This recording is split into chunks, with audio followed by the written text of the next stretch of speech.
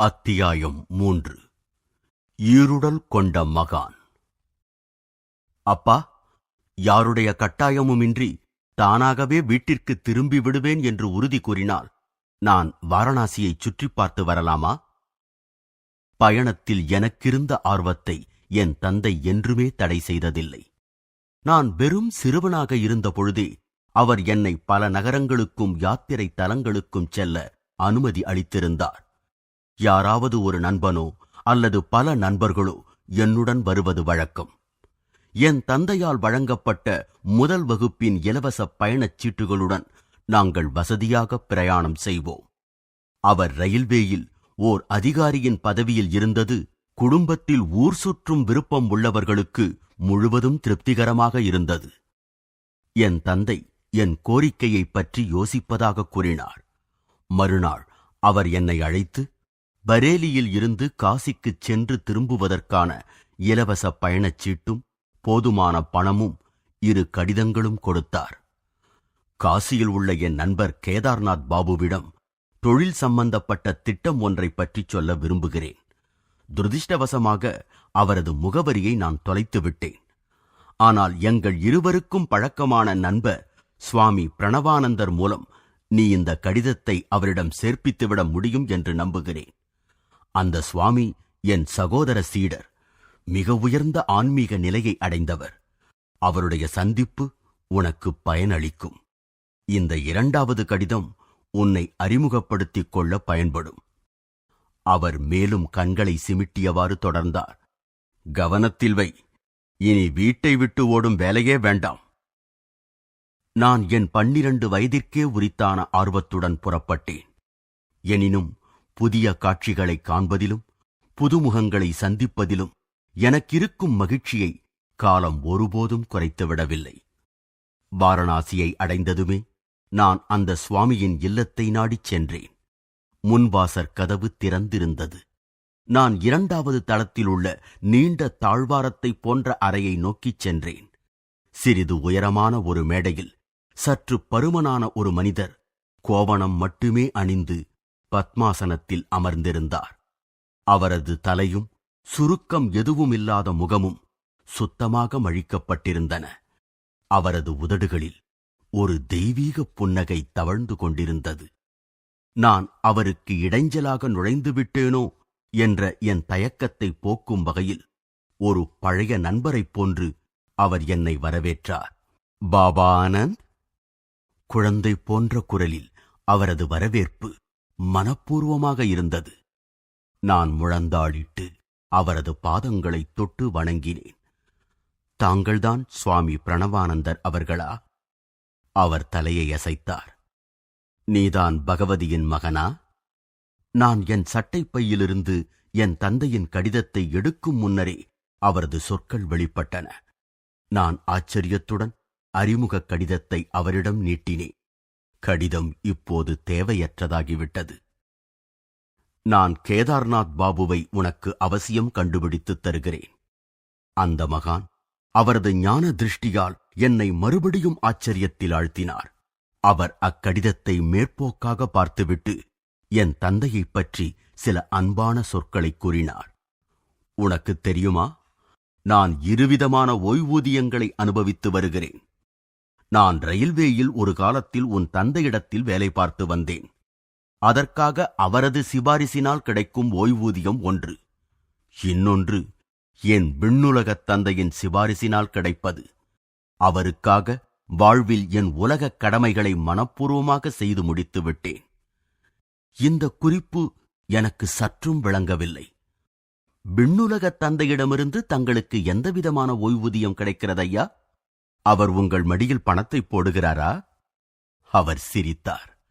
நான் குறிப்பிடுவது ஆழங்காண முடியாத பேரமைதி என்கின்ற ஓய்வூதியமாகும். அது பல ஆண்டுகள் செய்த ஆழ்ந்த தியானத்தின் பரிசு. இப்பொழுதெல்லாம் நான் பணத்திற்கு ஆசைப்படுவதில்லை. சிறிதேயான என் உலகத் தேவைகள் தாராளமாகவே பூர்த்தி செய்யப்படுகின்றன. 2வது ஓய்வூதியத்தின் முக்கியத்துவத்தை நீ பிறகு புரிந்து கொள்வாய். எங்கள் உரையாடலை திடீரென்று நிறுத்திவிட்டு அந்த யோகி ஆழ்ந்த அசைவற்ற நிலை எய்தினார். ஒரு மர்மம் அவரை சூழ்ந்து கொண்டது. முதலில் ஏதோ ஆர்வமானதொன்றைக் காண்பது போல அவரது கண்கள் பளிச்சிட்டன. பிறகு அவை மந்தமாயின. அவர் திடீரென்று பேசாமல் இருந்ததைக் கண்ட நான் குழம்பினேன். தந்தையின் நண்பரை எப்படி சந்திப்பதென்று அவர் இதுவரை எனக்கு கூறவில்லை. சிறிது அமைதி இழந்த நான் எங்கள் இருவரைத் தவிர வேறு யாருமே இல்லாத அந்த காலி அறையை சுற்றி நோட்டம் விட்டேன். அவர் அமர்ந்திருந்த மேடையின் கீழே கிடந்த மரப்பாதக் குரடுகள் என் வெற்றுப் பார்வையில் பட்டன. சின்ன ஐயா, கவலைப்பட வேண்டாம். நீ பார்க்க விரும்பும் மனிதர் இன்னும் அரை மணி நேரத்திற்குள் உன்னுடன் இருப்பார். அந்த யோகி என் மனதை படித்து விட்டார். அந்த வித்தை அச்சமயத்தில் கடினமானதே இல்லை. அவர் மறுபடியும் புரிபடாத அமைதியில் மூழ்கிவிட்டார். 30 நிமிடங்கள் கழிந்து விட்டதை என் கைக்கடிகாரம் எனக்கு காட்டிய பொழுது சுவாமிகள் விழித்துக் கொண்டார். அவர், கேதார்நாத் பாபு வாசலில் வந்து கொண்டிருக்கிறார் என்று நினைக்கிறேன் என்றார். யாரோ ஒருவர் மாடியில் ஏறி வரும் ஓசையை நான் கேட்டேன். திடீரென்று எதுவுமே புரியாததொரு குழப்பம் என்னுள் எழுந்தது. என் எண்ணங்கள் தாறுமாறாக ஓடின. செய்தி அனுப்புவதற்கு யாரும் இல்லாமல் எப்படி இந்த இடத்திற்கு தந்தையின் நண்பரை வரவழைப்பது சாத்தியமாயிற்று? நான் வந்ததிலிருந்து சுவாமி என்னைத் தவிர வேறு யாரிடமும் பேசவே இல்லையே. நான் மரியாதையின்றி அறையை விட்டு வெளியேறி படிகளில் இறங்கினேன். பாதி வழியில் ஒல்லியான நடுத்தர உயரமும் சிவந்த நிறமும் கொண்ட ஒரு மனிதரை நான் சந்தித்தேன். அவர் மிகுந்த அவசரத்துடன் காணப்பட்டார். தாங்கள்தான் கேதார்நாத் பாபுவா? என் குரலில் பரபரப்பு தெரிந்தது. ஆம், என்னை சந்திக்க வேண்டி இங்கு காத்திருக்கும் நீ பகவதியின் மகன் அல்லவா? அவர் நட்புடன் புன்னகைத்தார். ஐயா, தாங்கள் இங்கு எப்படி வந்தீர்கள்?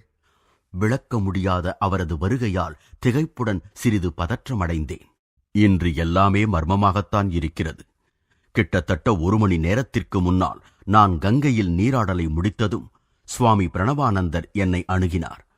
அந்த நேரத்தில் நான் அங்கு இருப்பது அவருக்கு எப்படி தெரியும் என்று எனக்கு புரியவில்லை. பகவதியின் மகன் என் அறையில் உனக்காக காத்திருக்கிறான், என்னுடன் வருகிறாயா என்றார். நான் மகிழ்ச்சியுடன் ஒப்புக்கொண்டேன். நாங்கள் கைகோர்த்து சென்ற பொழுது மரப்பாத குரடுகளை அணிந்திருந்த சுவாமி இத்திடமான காலணிகளை அணிந்திருந்த என்னை வினோதமாக கடந்து செல்ல முடிந்தது. என்னிடத்தை அடைய உனக்கு எவ்வளவு நேரமாகும் என்ற வினாவை கேட்க பிரணவானந்தர் நின்றார். சுமார் அரை மணி நேரம். எனக்கு இப்பொழுது கொஞ்சம் வேறு வேலை இருக்கிறது. புரிந்து கொள்ள முடியாததொரு பார்வையை அவர் என் மீது வீசினார். நான் உன்னை விட்டுச் செல்ல வேண்டும். நீ என்னை என் வீட்டில் வந்து சந்திக்கலாம். அங்கு நானும் பகவதியின் மகனும் உனக்காக காத்திருப்போம். நான் அதை மறுத்துக் கூறும் முன்பே அவர் என்னை தாண்டி வேகமாக நடந்து கும்பலில் மறைந்து விட்டார். என்னால் முடிந்த அளவு வேகமாக நடந்து நான் இங்கு வந்தேன். இந்த விளக்கம் என் குழப்பத்தை மேலும் அதிகரிக்கவே செய்தது. அவருக்கு சுவாமியை எவ்வளவு காலமாக தெரியும் என நான் விசாரித்தேன். சென்ற ஆண்டு நாங்கள் சில தடவைகள் சந்தித்தோம், ஆனால் சமீபத்தில் இல்லை. இன்று நீராடும் துறையில் அவரை கண்டதில் எனக்கு மிக்க மகிழ்ச்சி. என் காதுகளை என்னால் நம்ப முடியவில்லை. என் சித்தம் கலங்கிவிட்டதா? நீங்கள் அவரை ஆவித் தோற்றத்தில் கண்டீர்களா, அல்லது உண்மையாகவே அவரை கண்டீர்களா? அவரது கையை தொட்டீர்களா? அவரது காலடி ஓசையை கேட்டீர்களா? நீ என்ன சொல்ல விரும்புகிறாய் என்று எனக்கு புரியவில்லை என்று அவர் கோபத்துடன் படபடத்தார். நான் உன்னிடம் பொய் சொல்லவில்லை. நீ இங்கு எனக்காக காத்திருக்கிறாய் என்று சுவாமி மூலமாகத்தான் எனக்கு தெரிந்திருக்க முடியும் என்பது உனக்கு புரியவில்லையா? ஏன் அந்த மனிதர் சுவாமி பிரணவானந்தர் நான் வந்ததிலிருந்து 1 மணி நேரமாக ஒரு வினாடி கூட என் பார்வையை விட்டு அகலவே இல்லை என்ற நான் அங்கு வந்ததிலிருந்து எனக்கும் சுவாமிக்கும் நடந்த உரையாடலை திரும்ப கூறி முழு கதையையும் அவரிடம் உளறிக் கொட்டினேன். அவர் கண்கள் அகல விரிந்தன. நாம் இந்த லோகாயத யுகத்தில்தான் வாழ்கிறோமா, அல்லது கனவு காண்கிறோமா? என் வாழ்வில் இம்மாதிரியான அற்புதத்தை காண்பேன் என்று நான் ஒருபோதும் எதிர்பார்க்கவில்லை. நான் இந்த சுவாமியை ஒரு சாதாரண மனிதரென்றே நினைத்திருந்தேன். அவரால் இன்னொரு உடலும் எடுத்து அதன் மூலமும் செயலாற்ற முடியும் என்பதை இப்பொழுது கண்டுகொண்டேன். நாங்கள் இருவரும் சேர்ந்து அந்த யோகியின் அறையினுள் நுழைந்தோம். உட்காரும் மேடைக்கு கீழே இருந்த பாதக் குரடுகளை கேதார்நாத் பாபு சுட்டிக்காட்டினார். பார், இதே பாதக்குரடுகளைத்தாம் அவர் படித்துறையில் அணிந்திருந்தார் என்று அவர் கிசுகிசுத்தார். நான் இப்பொழுது பார்ப்பது போலவே கோவணம் மட்டுமே அவர் அணிந்திருந்தார். வந்தவர் அவரை வணங்கியதும் சுவாமி என்னை வேடிக்கை புன்னகையுடன் நோக்கினார். இவற்றையெல்லாம் கண்டு நீ ஏன் பிரமித்துப் போகிறாய்? புற உலகின் நுட்பமான இணைப்பு உண்மையான யோகிகளிடமிருந்து மறைக்கப்படவில்லை. தூரத்தில் கல்கத்தாவில் இருக்கும் என் சீடர்களை நான் நினைத்தவுடன் காண்பதும் அவர்களுடன் பேசுவதும் உண்டு. அதேபோல் அவர்களும் நினைத்தவுடன் புறப்பொருட்களாலான எந்த தடையையும் கடக்க முடியும்.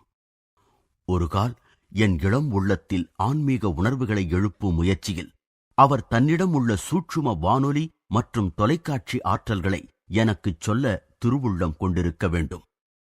ஆனால் ஊக்கத்திற்கு பதிலாக என்னுள் ஒரு மரியாதை கலந்த பயமே தோன்றியது. இறைவனை தேடுவதற்கு எனக்கென விதிக்கப்பட்டிருந்த ஒரே குரு ஸ்ரீ யுக்தேஸ்வர். அவரை நான் இன்னும் சந்திக்கவில்லை என்பதால் பிரணவானந்தரை குருவாக ஏற்கும் உணர்ச்சி எனக்கு ஏற்படவில்லை. என் முன்னால் இருப்பது அவர்தானா அல்லது அவரைப் போன்ற மற்றொரு வடிவமா என்று ஆச்சரியம் கொண்டு சந்தேகத்துடன் அவரை நோக்கினேன். என் உள்ளத்தில் எழுந்த மன உளைச்சலை நீக்கும் விதத்தில் அந்த மகான் ஆன்மாவை தட்டி எழுப்பும் பார்வையை என் மீது வீசி தன் குருவைப் பற்றிய சில ஊக்கமளிக்கும் சொற்களை கூறினார். எனக்கு தெரிந்த வரையில் லாகிரி மகாசயர்தான் மிகத் தலைச்சிறந்த யோகி. மனித உடலில் தோன்றும் தெய்வமே அவர். ஒரு சீடரே நினைத்த மாத்திரத்தில் இன்னொரு உடல் எடுக்கும் திறன் படைத்திருந்தால் அவருடைய குருதேவருக்கு தெரியாத அற்புத திறன் ஏதாவது இருக்குமா என்று நான் நினைத்தேன். குருவின் உதவி எவ்வளவு ஒப்புயர்வற்றதென்று உனக்கு கூறுகிறேன், கேள். ஒவ்வொரு இரவிலும் இன்னொரு சீடருடன் நான் 8 மணி நேரம் தியானம் புரிவது வழக்கம். பகலில் நாங்கள் ரயில்வே அலுவலகத்தில் பணிபுரிய வேண்டியிருந்தது. என் எழுத்தர் பணியின் கடமைகளை தொடர்வதில் உள்ள இடர்பாடுகளைக் கண்டு என் முழு நேரத்தையும் இறைவனுக்கே அர்ப்பணிக்க விரும்பினேன். விடாமுயற்சியுடன் 8 ஆண்டுகள் பாதி இரவுகளை தியானத்திலேயே கழித்தேன். எனக்கு கிடைத்த பலன்கள் அற்புதமானவை. மிகப்பெரிய ஆன்மீக தரிசனங்கள் என் உள்ளத்தை ஒளிமயமாக்கின. ஆயினும் ஒரு சிறு திரை எனக்கும் பரமாத்மாவுக்கும் இடையே எப்பொழுதும் இருந்து கொண்டே இருந்தது. மனித சக்திக்கு அப்பாற்பட்ட தீவிரத்துடன் நான் முயன்ற போதும் முடிவான மாறுதலற்ற ஐக்கியம் எனக்கு மறுக்கப்பட்டு வந்ததை நான் கண்டேன். ஒரு நாள் மாலை நான் லாகிரி மகாசயரிடம் சென்று அவருடைய தெய்வீக தலையீட்டை வேண்டினேன். என் விடாப்பிடியான மன்றாடல்கள் இரவு முழுவதும் தொடர்ந்தன. குருதேவரே, அந்த பரமாத்மாவை நேருக்கு நேர் சந்திக்காவிடில் என்னால் உயிர் வாழ முடியாது என்று சொல்லும் அளவிற்கு என் ஆன்மீக வேதனை இருக்கிறது. நான் என்ன செய்ய முடியும்? நீ இன்னும் ஆழ்ந்த தியானம் செய்ய வேண்டும். நான் தங்களிடம் தான் முறையிடுகிறேன். இறைவனே, என் ஆசானே, தாங்கள் என் முன் மனித உடலில் உருக்கொண்டிருப்பதைக் காண்கிறேன். நான் தங்களை தங்கள் விஸ்வரூபத்தில் காணுமாறு எனக்கு அருள் புரிய வேண்டுகிறேன். லாகிரி மகாசயர் அனுகிரகிக்கும் வகையில் தன் கையை நீட்டினார். நீ இப்பொழுது சென்று தியானம் செய். உனக்காக நான் பிரம்மனிடம் சிபாரிசு செய்திருக்கிறேன். அளவிட்டு கூற முடியாத வகையில் பரவசமடைந்த நான் என் வீட்டிற்கு திரும்பினேன். அன்று இரவு தியானத்தில் என் வாழ்வின் கொழுந்துவிட்டு எரிந்து கொண்டிருந்த லட்சியத்தை நான் அடைந்தேன். இப்பொழுது நான் இடைவிடாது அந்த ஆன்மீக ஓய்வூதியத்தை அனுபவித்து வருகிறேன். அந்த நாள் முதல் ஆனந்தமய இறைவன் என் கண்முன்னால் இருந்து எந்த மாயத்திரைக்கும் பின்னால் ஒளியவே இல்லை. பிரணவானந்தருடைய முகம் தெய்வீக ஒளியால் நிறைந்து விளங்கியது. மறு உலகத்தைச் சார்ந்த ஒரு பேரமைதி என் உள்ளத்தில் புகுந்தது. பயமெல்லாம் ஓடி மறைந்தது. அந்த யோகி இன்னொரு ரகசிய செய்தியையும் எனக்கு கூறினார். சில மாதங்கள் கழித்து நான் லாகிரி மகாசயரிடம் திரும்பிச் சென்று அளவற்றதொரு பரிசை எனக்கு அருளியதற்காக நன்றி கூற முயன்றேன். பிறகு இன்னொரு செய்தியைக் குறிப்பிட்டேன். குருதேவா, என்னால் அலுவலகத்தில் இனி வேலை செய்ய முடியாது. தயை செய்து என்னை விடுவிக்க வேண்டுகிறேன். பிரம்மன் தொடர்ந்து என்னை பரவச நிலையிலேயே வைத்திருக்கிறார். உன் கம்பெனியிலிருந்து ஓய்வூதியம் கேட்டு விண்ணப்பம் செய். என் பணியிலிருந்து இவ்வளவு சீக்கிரம் ஓய்வு பெறுவதற்கு என்ன காரணம் நான் கொடுக்க முடியும்? உனக்கு தோன்றுவதைச் சொல். மறுநாள் நான் என் விண்ணப்பத்தை அனுப்பினேன். உரிய காலத்திற்கு முன்பே நான் ஓய்வு கோரியதற்கான காரணங்களை மருத்துவர் விசாரித்தார். வேலை செய்யும் பொழுது என் முதுகுத்தண்டில் பேராற்றலுள்ள ஓர் உணர்வு எழுவதை உணர்கிறேன். அது என் உடல் முழுவதும் பரவி என் கடமைகளை ஏற்ற என்னை தகுதியில்லாதவனாக ஆக்கிவிடுகிறது. அடுத்த கேள்வி எதுவுமே இன்றி அந்த மருத்துவர் என் ஓய்வூதியத்திற்கு வெகுவாக பரிந்துரை செய்தார். விரைவிலேயே அது எனக்கு கிடைத்தது. லாகிரி மகாசயரின் தெய்வீக விருப்பம் அம்மருத்துவர் மற்றும் உன் தந்தை உள்பட ரயில்வே அதிகாரிகள் மூலமாக இயங்கிற்று என்பதை நான் அறிவேன். தாமாகவே அவர்கள் அந்த மகாகுருவின் ஆன்மீக உத்தரவிற்கு கீழ்ப்படிந்து என்னை இறைவனுடன் இடைவிடாது தொடர்பு கொள்ளக்கூடிய ஒரு வாழ்விற்காக விடுதலை செய்தார்கள். அசாதாரணமான இந்த நிகழ்ச்சியை கூறிய பிறகு சுவாமி பிரணவானந்தர் மீண்டும் நீண்ட அமைதியில் ஆழ்ந்துவிட்டார். நான் அவர் பாதங்களை தொட்டு மரியாதையுடன் வணங்கி விடைபெறும் பொழுது அவர் எனக்கு ஆசி கூறினார். உன் வாழ்க்கை துறவு மற்றும் யோக மார்க்கத்திற்கு உரியது. பின்னால் உன் தந்தையுடன் நான் உன்னை மறுபடியும் சந்திப்பேன். வருடங்கள் செல்லச் செல்ல அவரது 2 ஆருடங்களும் நிறைவேறின. இருள் கவியத் தொடங்கும் பொழுது கேதார்நாத் பாபு என்னுடன் நடந்தார். நான் தந்தையின் கடிதத்தை கொடுத்ததும் அதை அவர் தெருவிளக்கின் வெளிச்சத்தில் படித்தார். உன் தந்தை அவருடைய ரயில்வே கம்பெனியின் கல்கத்தா அலுவலகத்தில் நான் ஒரு பதவி ஏற்க வேண்டும் என்கிறார். சுவாமி பிரணவானந்தர் அனுபவிக்கும் ஓய்வூதியங்களில் ஒன்றையாவது எதிர்பார்த்தல் எவ்வளவு மகிழ்ச்சி தரக்கூடியது. ஆனால் அது இயலாது. நான் காசியை விட்டு கிளம்ப முடியாது. அந்தோ அந்த 2 உடல்களை அணியும் திறனை நான் இன்னும் பெறவில்லையே.